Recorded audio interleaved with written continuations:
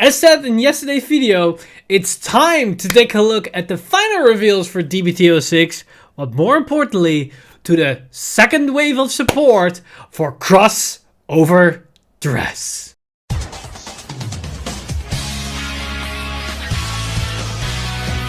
Stand up! Vanguard!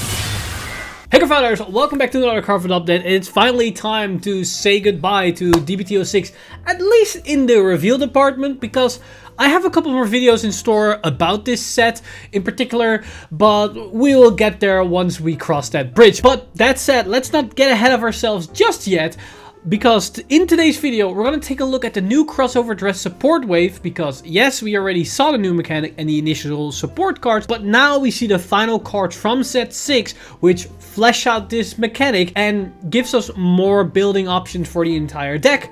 But on top of that, we also have the Stoicheia cards that not only round up the new Lianorn deck from the trial deck, but they also bring us some spicy new generic support cards for any Stoicheia deck out there that can help empower the nation as a whole. So without any further ado, let's jump straight into these cards and let's begin with the new Dragon Empire XOverDress support cards. And we start off with a brand new Grade 1 Prayer Dragon in the likes of Sharp Equipped Dragon Adomaros. And Adomaros has the effect, although when this card becomes an original dress, cost counter plus 1, choose one of this card's outer dress units and it gets power plus 10k until the end of turn. So essentially another way to empower the overdress, or should I say XOverDress unit.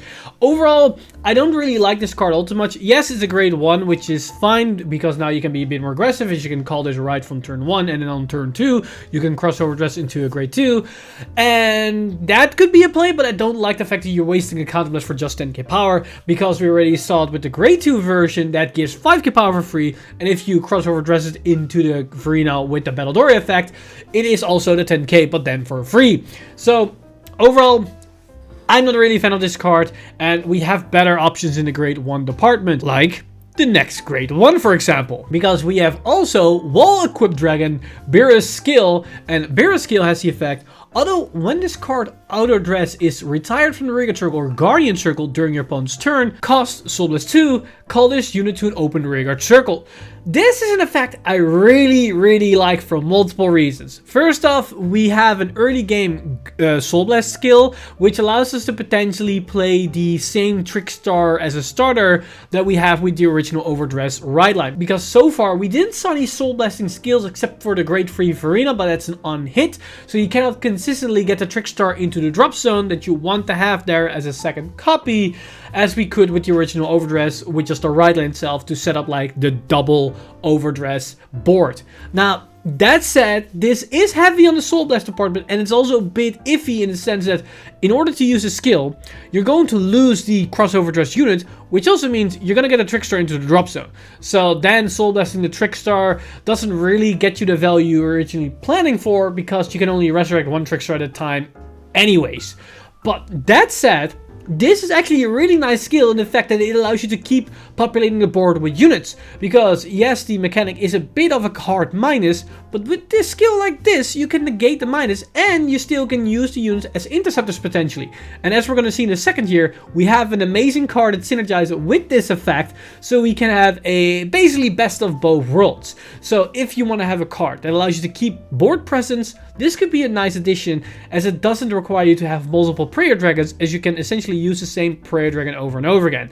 That said, as we've seen with the new Nirvana, you could resurrect this card together with Trickstar anyways, so maybe this card isn't as efficient, but if we get a scenario where we already have like a prayer dragon in drop zone, then this card allows us to keep a prayer dragon on the board, so we can resurrect a prayer dragon from the drop zone during the next turn, thus getting it in a board state where we can still do a double XOverDress turn anyways. So overall, an interesting card that can definitely come up if you want to keep board presence. And that said, there's also a potential interaction with this card with other cards that forces your opponent to have an empty board state to get skills, like say Phantom Blaster Dragon, for example, with a rearguard unit that gets 10k power if the column is empty.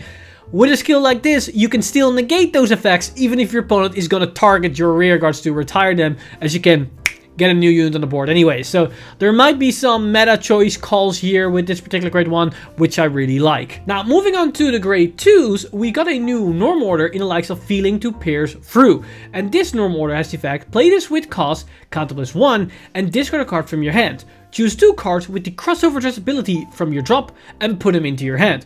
So this is actually a really nice card because the Norm Arena allows us to recycle our Tricksters and our Prayer Dragons, but we don't have a way to get our XOverDress units back to our hand to keep XOverDressing.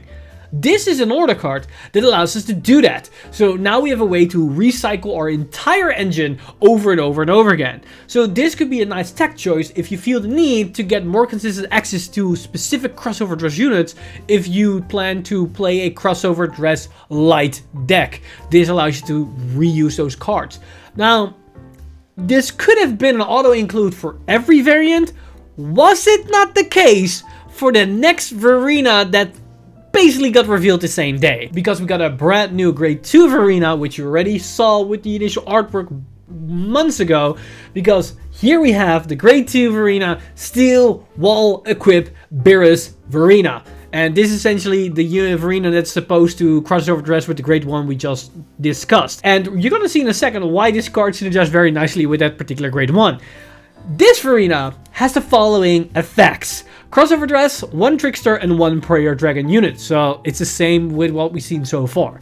Although, when it's used placed on the Vanguard circle in the XOverDress state, choose a card with the XOverDress ability from your drop other than Steel Will Equip Beerus Arena and put it into your hand. So where the order cost us an order and a counterblast to get 2 cards back, so it's essentially a wash. This is a 3+1. You XOverDress, so you get the unit on the board that you were building anyways, and you get a new card back into your hand, which allows you to XOverDress another time. Or maybe set up for next turn. That's really good because this allows you to recycle and keep your engine going over and over again. If there was a normal overdress unit that had a similar skill like this, I can bet you that would have been played instantly together with Arcs. That would have been the ideal setup right at the gate. And you might think to yourself, in the early game stages, it's probably not ideal because this could be your first XOverDress target, thus not being able to use this effect. Well, the thing is, you can discard excess XOverDress cards for the right line to set up for this XOverDress turn in order to get the main value of this card, thus also negating the minus of the right line as well. That's the nice thing about this skill, because it's just that versatile. But the card becomes even better if we take a look at the other effect, because essentially it's an Urger on steroids, because it has the effect, continues our Vanguard Circle Guardian Circle. If this unit is in the XOverDress state, this unit cannot be chosen by your opponent's card effects. It's those magical words that we've been waiting for over an entire year. And then also has the effect, and then on top of that, and gets power plus 5k and shield plus 10k active on your opponent's turn too. So it's a 15k beater, 15k interceptor that has protection from your opponent's units, that also gives you a 3+1 the moment you call it in your XOverDress state. That's really good. And if we combine it with the grade 1 we just talked about, that also means that the moment you intercept with this, you can then Soulblast 2, recall that grade 1 onto the field, so you have a body for next turn to XOverDress again if you have a Trickster in hand. And then with the Verena, you can then recycle the 2 other cards to have another unit on the board. And if you have a XOverDress unit in the drop zone that isn't this particular card, and you have this card in your hand, you can XOverDress once, get another copy in your hand, and XOverDress on the other side and have 2 XOverDress units ready for next turn. That's nice synergy that recoups itself over and over and over again. And then suddenly we can see that on first glance how the XOverDress mechanic feels very clunky. It's actually might not be the case because of all these recycling and reoccursion effects coming together. And I like that quite a lot. So yeah, this is a nice addition and first support for the XOverDress build. And as we all know, this is probably not where it's gonna stop. There's most likely more Verenas on the horizon, and with more Verenas on the horizon, most likely also more Prayer Dragons. So overall, this is looking pretty damn good. But that said, this isn't the only Dragon Empire support card that we've seen, because we also have a brand new Basraga support card, which is actually pretty damn good. Because we have a brand new grade 2 Sealed Blaze Dragon Shabda, and Shabda has the effects: continues a Vanguard circle. During a turn, if you have 2 or more arms on your Vanguard circle, this unit gets power plus 5k, so it's a 50k beater. But it also has the effect, auto from drop. When your unit is placed from the drop to the rearguard circle, if your Vanguard is Sealed Blaze Maiden Basraga, cost counter plus 1 and call this card to the rearguard circle. So just like we've seen last time in the previous video with the recursion grade 2 for Brandgate, that is generic. Now we've seen the same type of skill for Basraga specifically, and Basraga can recall the Trick Moon every single turn if it wants to, and then immediately you can recall this grade 2. So you have a grade 2 that's a 50k beater that comes on the board every single turn if you have the counterless for it, thanks to your Basraga main Vanguard circle skill, and you can use this thing as interceptor over and over again if you need more shield value. So this is going to be a really good grade 2 for Basraga, and this can help the deck to pump out power columns consistently over and over and over again, while also supplying a little bit of shield value as well. Now moving on, we have the Stoicheia cards, and we start off with a grade 1, which is essentially Lianorn support, but it's actually pretty damn generic, as we got Performing Pedal Diante. And Diante, as a grade 1, has the effect, although when its unit is placed in a rearguard circle from hand, if your Vanguard is grade 3 or greater, cost counter plus 1, choose a grade 3 or less card from your drop and call to the rearguard circle. So we got reincursions on a body. This is basically spiritual body condensation on a unit for a counterblast cost instead of the Soul Blast. I think this has a lot of potential to be used in any deck with the Stoicheia, because most Stoicheia decks are all like flooding the board, being very aggressive, and this just fits the bill perfectly. And on top of that, it also has a secondary effect, which is mainly for Leonard, but can definitely come up in any other Stoicheia deck, as it has the effect, continues a rearguard circle. During your turn, if you have 2 or more back row grade 1 or less rearguards, this unit gets power plus 5k. So it can be a 13k booster, which honestly is pretty good, on top of the fact that it's a spiritual body condensation on a body. Now you might think to yourself, why would you play this over spiritual body condensation? Because that's a Soul Blast, and we have a new card that's essentially a better spiritual body condensation in the first place. The thing is, this is not an order, so unlike spiritual body condensation that can compete for the order for a turn, this does not compete with that. So you can use this effect to flood the board and still have the option to play a different order that turn. So this could be an interesting way to design your deck in a specific direction, so it allows you to open up your playability with other orders, because you don't have to compete with Spiritual Body Condensation, for example. So a very nice grade 1 to have. Now, talking about Spiritual Body Condensation, I already teased a bit that there's actually a better Spiritual Body Condensation out there these days, as we got a brand new grade 1 normal order for Stoicheia, which is in the Dark Knight, the Resentment Freezes. And this normal order has the effect, play this with cost, Soul Blast 1, look at the 3 cards from the top of your deck, search a card from among them, discard it, and shuffle your deck. Choose a card with a grade equal or less than your Vanguard from your drop and call to the rearguard circle. So it essentially is a Spiritual Body Condensation at the same cost. It calls a card from the drop to the field.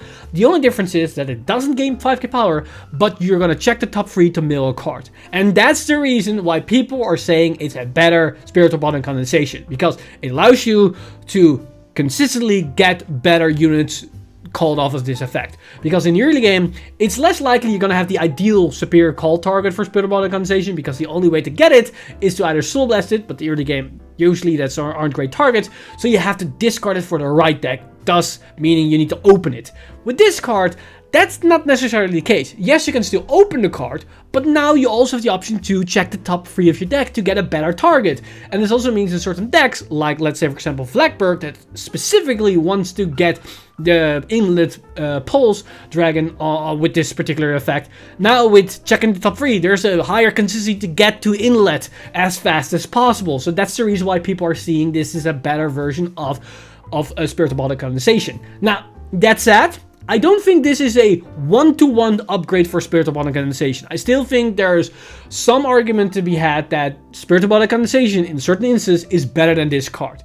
If you don't prioritizing the searchability and the consistency aspect of this card for the early game, then body is probably better because it gives the 5k power, and in something like Flagberg with restanding units, 5k power becomes 10k power, and suddenly that's a bit better.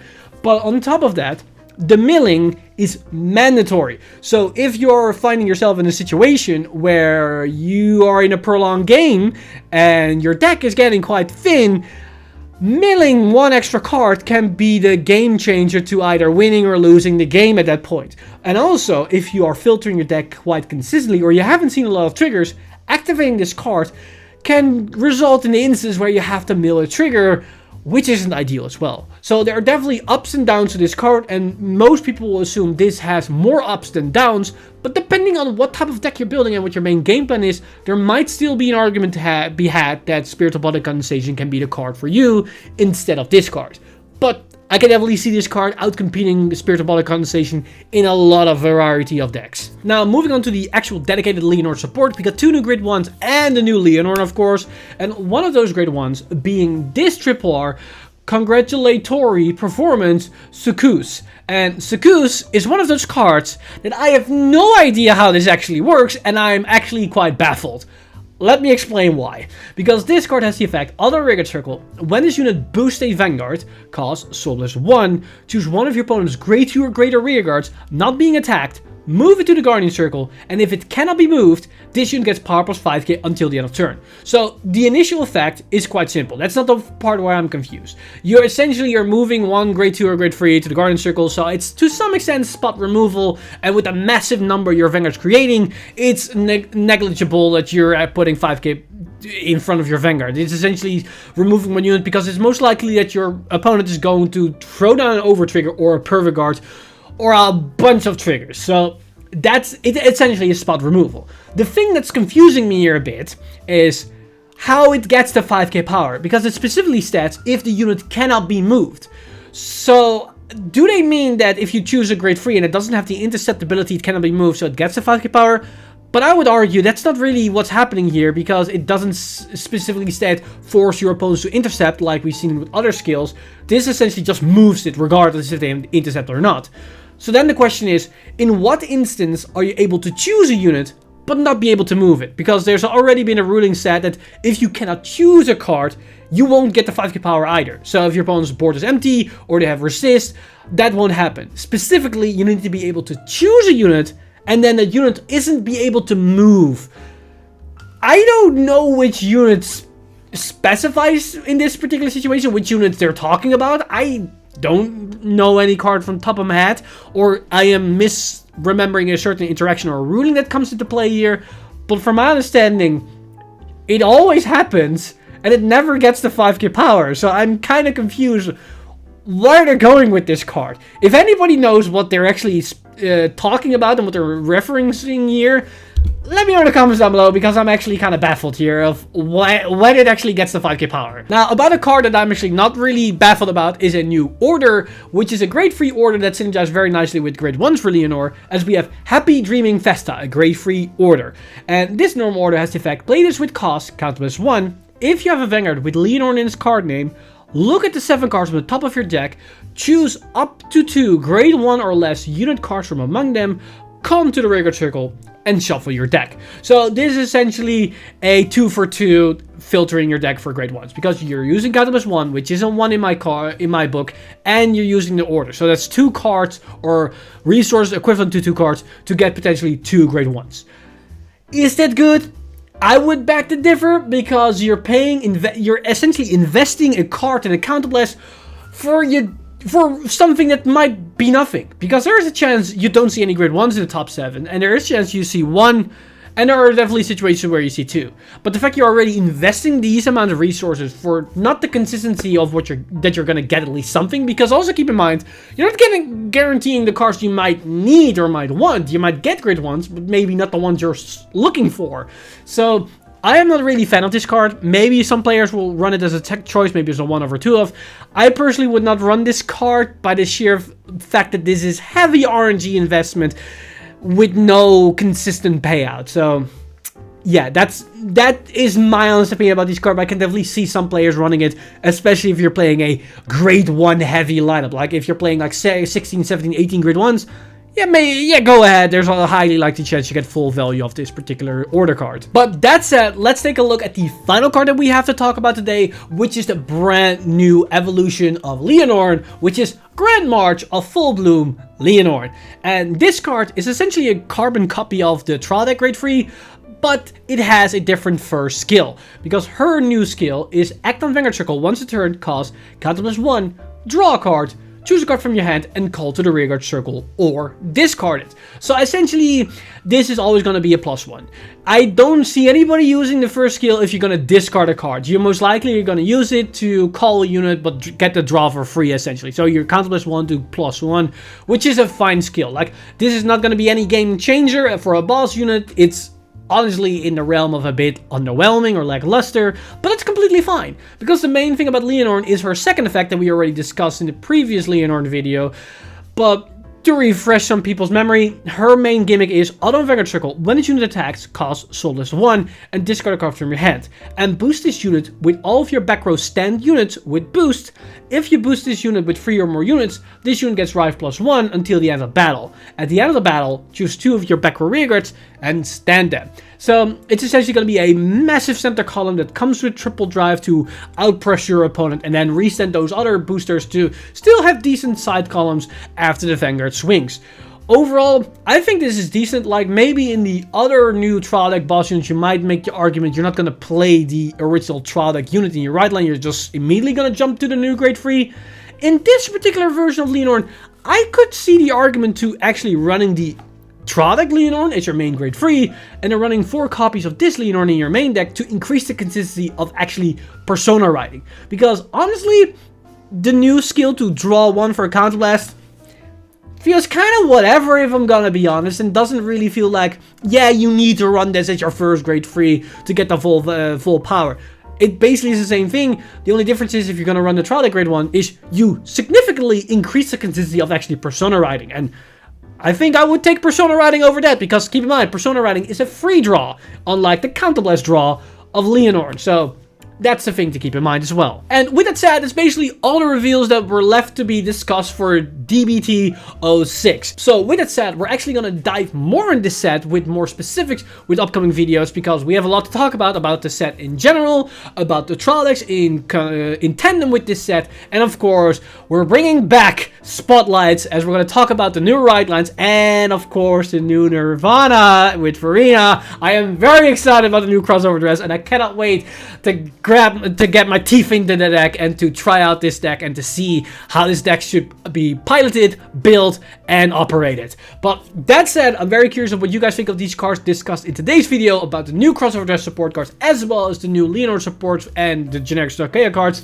Let me know in the comment section down below all your thoughts about these cards. And of course, if you know about that particular grade 1, how that actually works and when it gets to 5k power and how they're supposed to interact, again, hit me up in the comment section down below. I'm very curious about that one, because I'm still scratching my head on that one, as it doesn't happen all too often that I don't know how a card works. I think this is the first time that I'm like, wait, how does this skill actually work? Usually it's very obvious, but in this case, I'm stumped. I'm honestly stumped. So if anybody knows it, hit me up in the comment section down below. As always, this video has been brought to you by our lovely patrons over at patreon.com/RingInsider. You guys are amazing. If you do want to support the channel or everything that's happening on the channel, you can simply go to patreon.com/RingInsider and become a patron today. But with that said, I've been Mr. Time Leap, and I see you guys in the next one!